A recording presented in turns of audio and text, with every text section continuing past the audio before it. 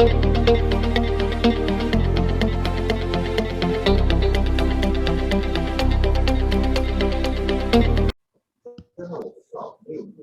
我拿了12上的了啊。好，那我们现在就开始。我们上次讲到关于这个，曾经是应该是前美国国务院中国顾问、中国政策顾问他叫余茂春这个我总是想跟大家在讨论问题的时候，总是希望能够从美国人的角度来看美中关系，不是从中国人角度。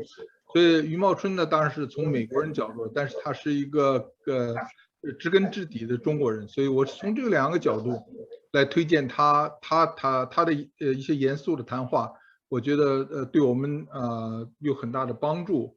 但是我并不是100%的同意他。那个上一集里面就是他认为这个美国领导在世界上作为领导是必然的，所以这个当然是你作为领导的话。你当然是有很多好处，但是你也有很多责任。我是比较主张从政治哲学的角度来讲，我是比较主张半球联盟，就是西方西方基督教文明加上民主国家形成的联盟。我是比较主张这个。这个就是你从全球得到好处，未必比你那个责任大，就是你的责任可能比你好处还大，所以我过去美国认为对全球的民主有责任，结果全都失败了。我从失败的当中我是这样，所以今天呢关于台湾的问题，我们大家来听听。我也在准备讨论就是讨论几个问题。OK， 好，现在开始。I think we have strategic clarity. No, I think we have strategic clarity. We have tactical ambiguity. Does America have the ability to protect Taiwan militarily? Because China's military buildup has been very scary in recent years. Okay, so when it comes to capabilities, I don't want to elaborate here in the public show, okay. But the answer is yes.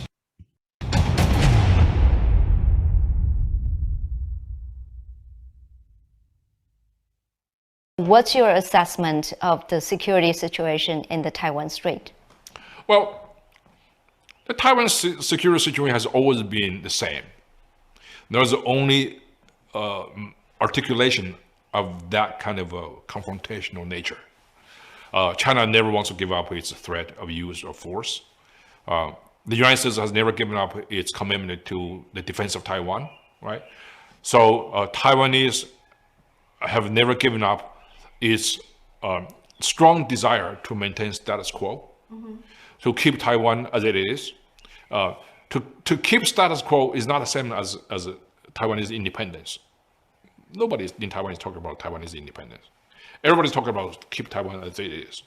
So that is basically what we've been doing. Now, the reason why Taiwan is deserving of the world's help is because Taiwan represented really, in my view, a possible future model for entire China. It is a deeply traditional society, yet it is the most vibrant democracy in the whole region. It has completed something that very few nations have completed with such ease, that is transition from a dictatorship to democracy. So I think if I were Taiwanese, I would be really, really proud of what Taiwan has accomplished. It's a very diverse society. It has a completely healthy, functioning mechanism of a normal democracy. Right. In many ways, it has something that's much more sort of a commonsensical approach to some of the issues. For example, the election system, their public health system. Yes. So it's pretty amazing. It's inspirational for people, for all Chinese-speaking people, including people in mainland China. So that's why Taiwan is very important from aspirational point of view. Secondly, Taiwan has done so much good to the world. It has been a responsible member of the global trading system. It has one of the most advanced technological sectors in the world. It holds some of the key manufacturing capabilities in key industries in the world, semiconductor, for example. Right. So, and Taiwan's intelligentsia has been very vibrant. So Taiwan is no longer an island democracy. Taiwan is an active member of the global community. As such, the world should give Taiwan much more space to operate internationally. China wants to minimize Taiwan's space in the international arena. That's going to backfire because it just shows how narrow-minded, how backward the Chinese collective leadership mindset is. And China should learn from Taiwan rather than trying to stifle it, to threaten it. So I feel very optimistic about the future of Taiwan because, after all, Taiwan is a really something that a lot of people in mainland China aspire to be in. And I think for Taiwan's leaders as well, I think, I hope they don't think of themselves as a small, tiny country of small insignificance. They should be very proud of themselves, and they should think big. And they should always think big. Mm-hmm. You are a military historian, so the fact that you are not overly concerned about the safety and security of the Taiwan Strait is comforting to a lot of people. Well, I am concerned, but I also understand the security environment in which China operates. Right? Mm-hmm. China has advantages, but it's not entirely in its own favor because there's a lot of things that Chinese military action will be impeded. U.S. commitment to Taiwan's defense and China's overall security environment around its periphery, and those are all bad. So China right now, it's hard for them to afford major military action without evoking major backlash among many nations along its borders, right? So, and I think China will be further isolated from the international community. And to see China stifle Hong Kong democracy, Hong Kong freedom, Hong Kong's autonomy, and then the world has reacted violently. China is further isolated. I mean, you have the major officials in Hong Kong government sanctioned. They couldn't even get their credit card functioning. So that's the degree to which the whole world is repulsed by China's action in Hong Kong. Taiwan is slightly different. Taiwan is much stronger. Taiwan is much more autonomous. Mm-hmm. Taiwan has its own functioning mechanism of the government. So Taiwan has international alliance of different kinds. And I think, most importantly, Taiwan has the moral support of majority of the countries in the world. Yeah. Even though they may not have a diplomatic support, but the moral support is tremendous. That's definitely true. I think a lot of people think Taiwan's safety depends on the, how do you say, a equation, It depends on how China weighs, which side, the pros and cons of invading Taiwan. If the pros overwhelms the cons, they might as well do it. So do you think right now that it's not to that point yet? Well, I think the key to major international hotspots, and actually the key to solving all the security crises in major international hotspots is actually the role of the American military. Mm-hmm. And we are the peacekeeper. And we, through our strong military presence in Asia Pacific, we prevent major wars from happening in some of the very confrontational security environments, particularly along Taiwan Strait. Right. So I think since the Korean War, it is Americans' security commitment to Taiwan's defense that prevented the Chinese Communist Party from taking risky actions, and that preserved the peace and stability along Taiwan Strait for decades. So we have a less clarified, less transparent defense commitment to Taiwan. In other words, we no longer have a mutual defense arrangement, but we still have a very solid commitment to Taiwan's self-defense. And according to the 1979 Taiwan Relations Act. Okay. So Americans' military presence in Pacific must be preserved, and we have made that very clear. We have a strong military presence in Japan, in South Korea, in Guam, and in South China Sea. And Taiwan is part of that all so-called First Island chain. So it's very important for America to keep that way and to preserve peace. We don't want anybody's territory. And Japanese want us to be there to defend itself against its vital enemies in the region. So, and I think, we should keep that. And I think, the American military presence in that area is probably the most key factor to preserving peace and stability. And I think, anybody who is willing to take a military risk must consider that. And we have made that very clear. We have made it very clear.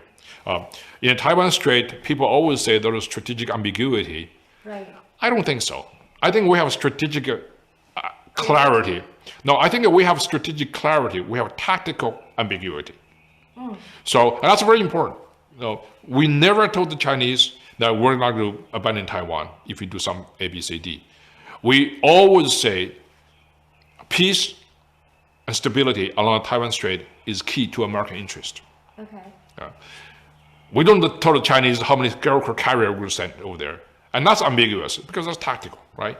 But strategically speaking, I think we have been very clear to the Chinese. And that's a very important point to keep in mind. Okay. So it boils down to two things.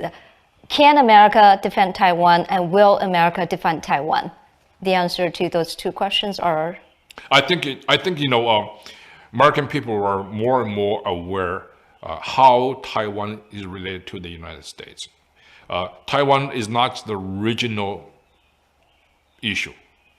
Just the same way as West Berlin was not just a regional issue in 1948, 1949, when the Berlin crisis occurred. Mm-hmm.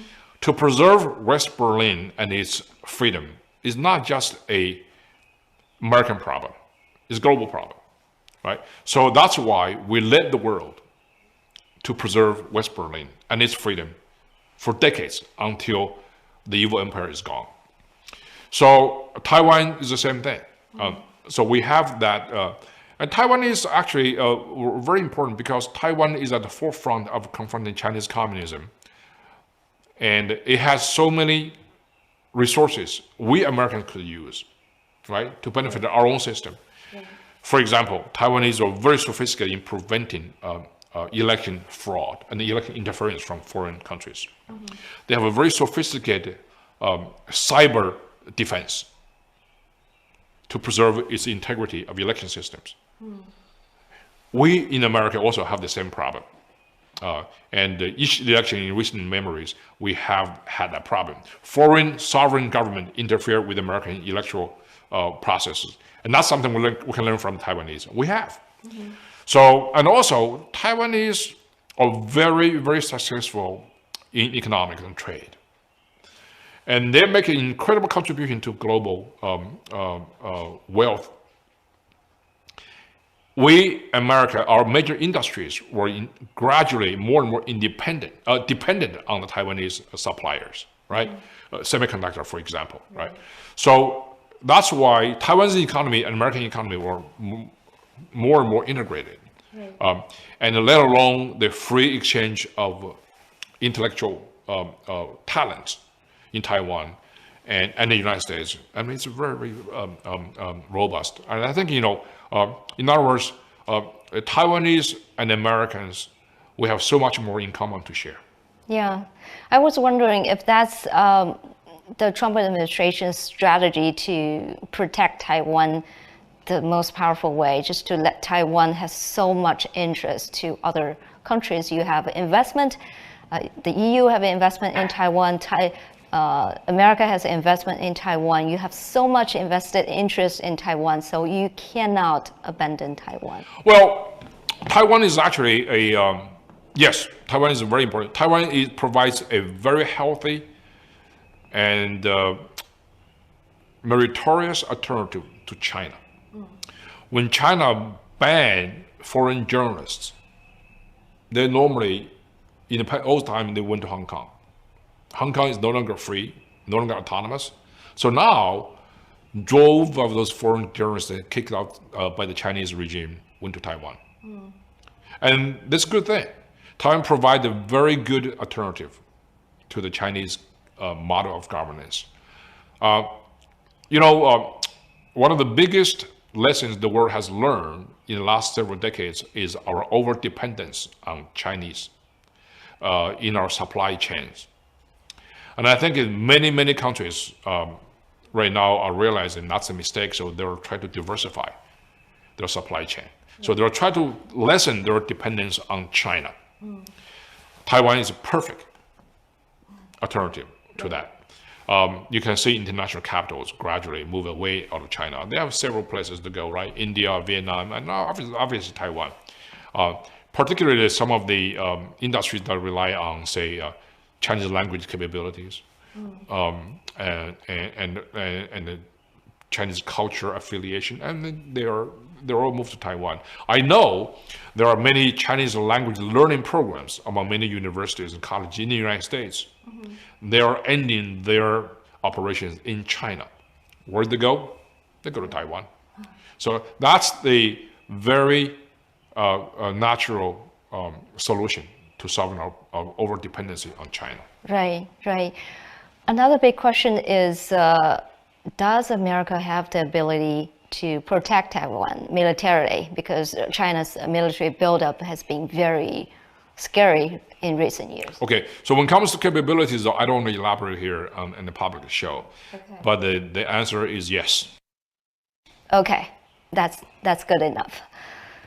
America is the oldest democracy in the world. We started somewhere around 250 years ago. Our system, to a large degree, is based upon the 18th century Enlightenment understanding of government philosophy. Some of them are very, very basic, and they wish have become universal principles. Number one is basically limited government. Government cannot be strong, unlike China's Marxist-Leninist party state, where the state is absolutely powerful and people are powerless. Second principle that helped build the American system was the idea of popular sovereignty. In other words, it's the people who decided what form, how the government operates. So it deals with the consent of the governed. So those major principles are all there, but specific mechanism of how to produce a leader, right? How to run elections were still based upon old technology, based upon our environment that was like 250 years ago. Taiwanese democracy has done more than anybody I know that updated those election mechanisms and make it really, really good and to more effectively reflect those major principles laid out by the founding fathers of America and which has become global. For example, the issue of limited government, right? The issue of popular sovereignty. And in Taiwan election, in the United States, the election always takes place on Tuesdays. Right.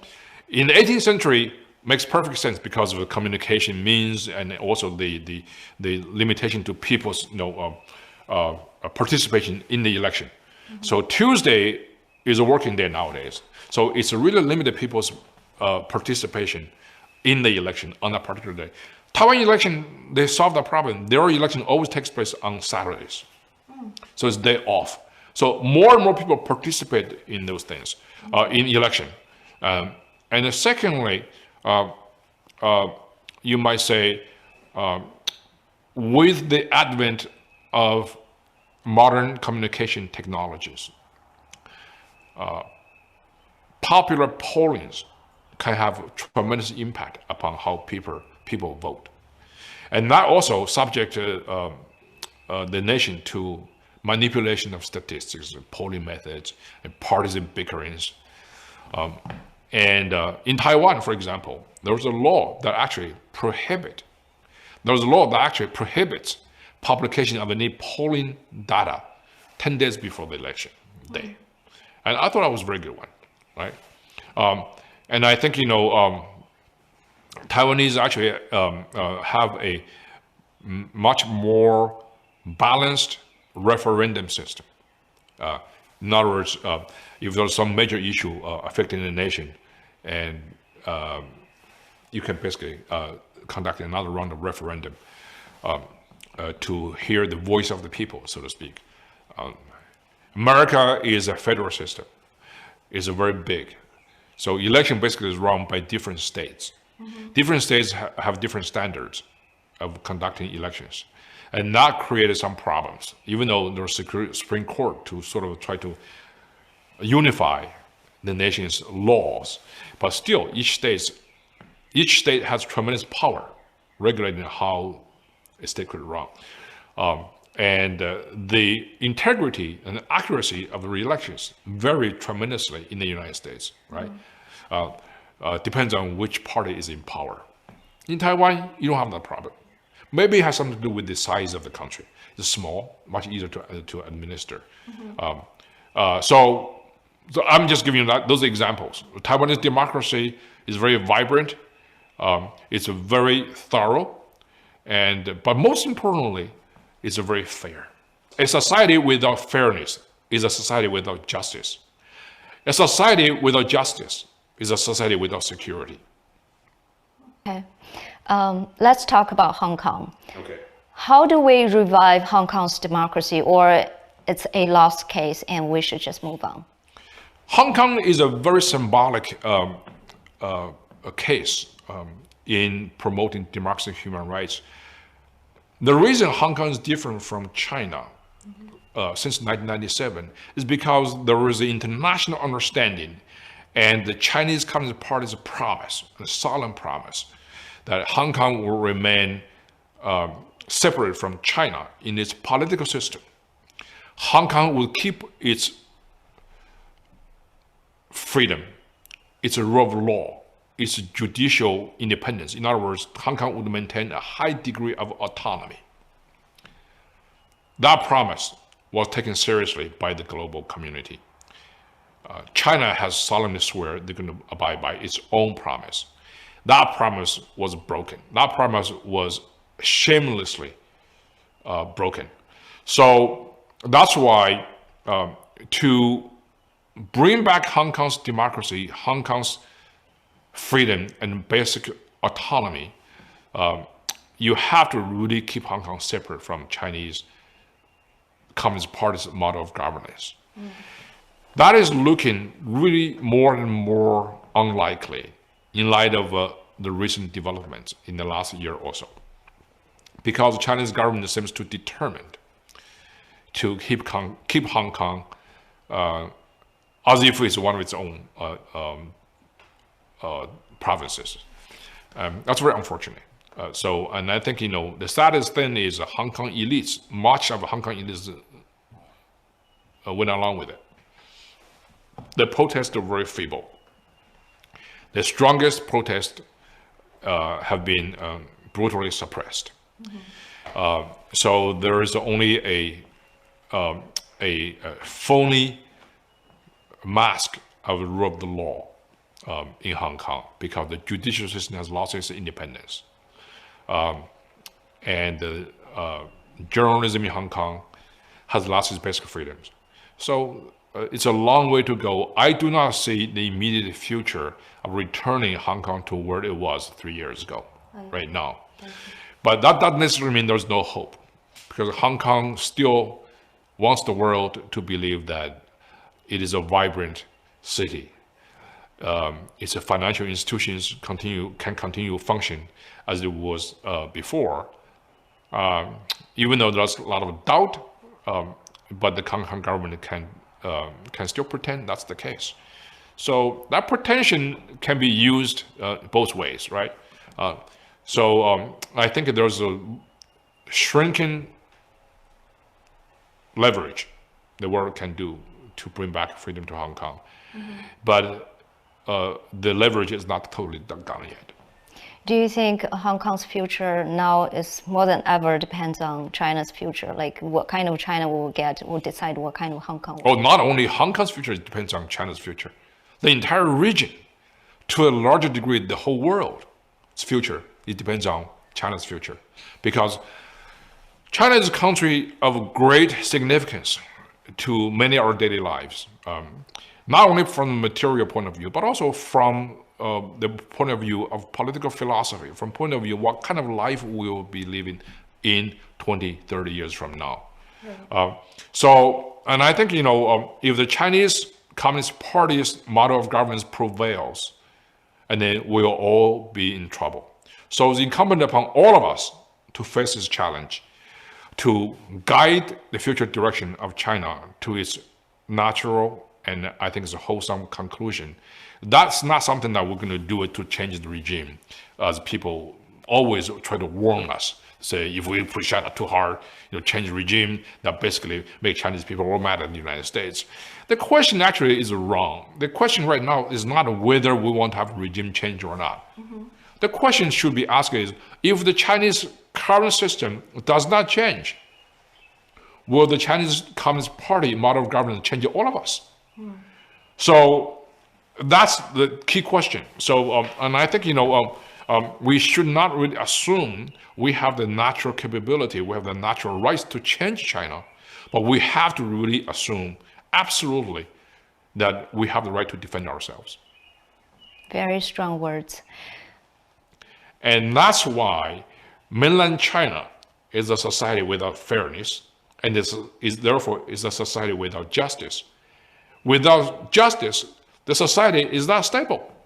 It looks stable, but anytime the Chinese society can erupt like a volcano. Right. The leaders know this. That's why they were so frantic, controlling people, throwing tremendous resources at taxpayers' expense to controlling the very people that are supporting and feeding the government. Yeah, I strongly echo your point.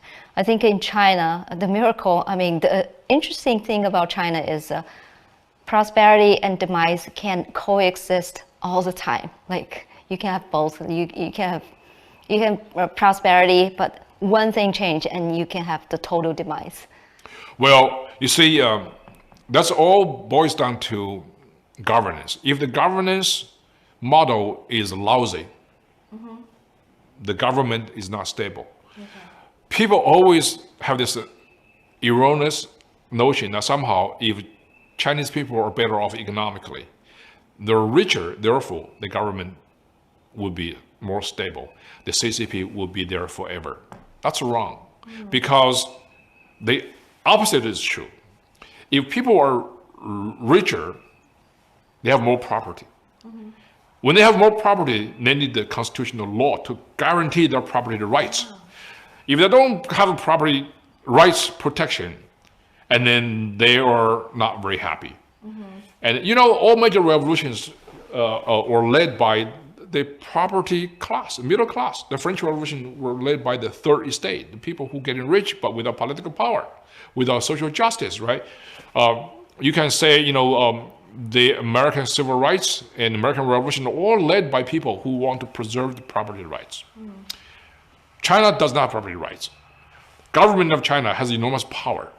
It doesn't respect property rights. The government can take your property away. You can become rich, but the government can take your wealth away. Yeah. Look at what happened to Ma Yun, what happened to those billionaires, let alone to ordinary powerless people.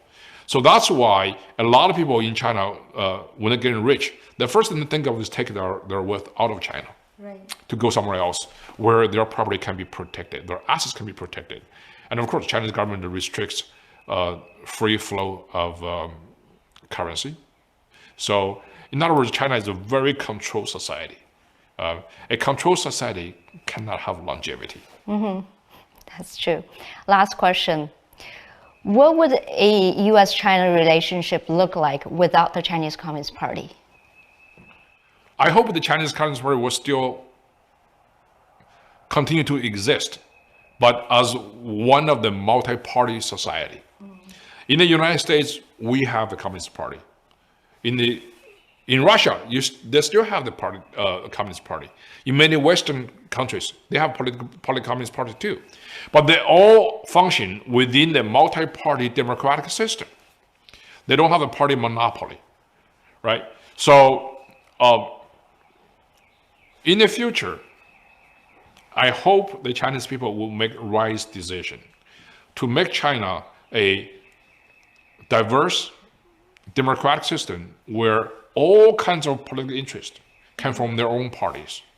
All kinds of political opinions can be freely expressed without fear, without being afraid of being persecuted by a powerful, unhinged state.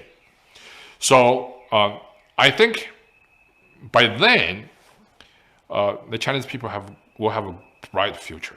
And American people have always had tremendous good wishes for the Chinese people to succeed. If you look at the modern Chinese history, I think the United States is among the most benign foreign powers to preserve China's national interest, right? We did it not only during World War I, we also did it in, say, in Washington Conference in the 1920s. We prevented Western powers from dismembering China. And I think during World War II, we forged a genuine alliance. And America and China, we both talk about how to preserve four freedoms, freedom of worship, freedom from want, freedom of religion, and many other things that President Roosevelt and General Chiang Kai-shek, and they exchanged a lot of ideas in those days. And of course, after Chinese communists took over, and China basically, become very hostile to the United States, and even though Richard Nixon went to China, opened up China to the rest of the world, but this relationship is based on a lot of illusions, which we talked about earlier. So I think, right now, until China becomes democratic, until Chinese people have freedom, the world will not be safe. And because a Marxist-Leninist party in charge of a huge nation, taking advantage of free market system of global trade, poses the imminent danger to us all. Mm-hmm. So if China becomes a free country, the United States won't care if China, becomes so technological or economic advance, maybe even surpass America and becomes the world superpower. No, I mean, America is always optimistic, self-confident country. I mean, I think, if all people follow the same rule, if all people play, play the same game, or following the same rule, and we can compete with each other fairly, squarely, and America is not afraid of anybody, right? So, and I think we have this self-confidence, and this is basically a successful story of the United States. When the United States started in 1776, it has 4 million people from 13 colonies. Over the years, has grown tremendously. We have this system that's so great. We attract all the talents from all over the place, come to the United States to become what we know as the American nation. Mm-hmm. And that is a tremendously successful story in human history. So I think, I hope China will have the same kind of virtues. We would love to have the Chinese people competing freely in the international system. China will become strong and without fear, and without this kind of a very limited view of the world, and because in the information control area, a lot of people really do not have the whole picture, so they become very xenophobic in a way, and that's not really good for everybody. So I think the future of China and the future of the United States all hinges on one thing, that is freedom, which actually is the ultimate message of President Reagan and Secretary Pompeo in particular. All right, sir. Thank you very much. Very strong. You're welcome. Thank you. Okay. 谢。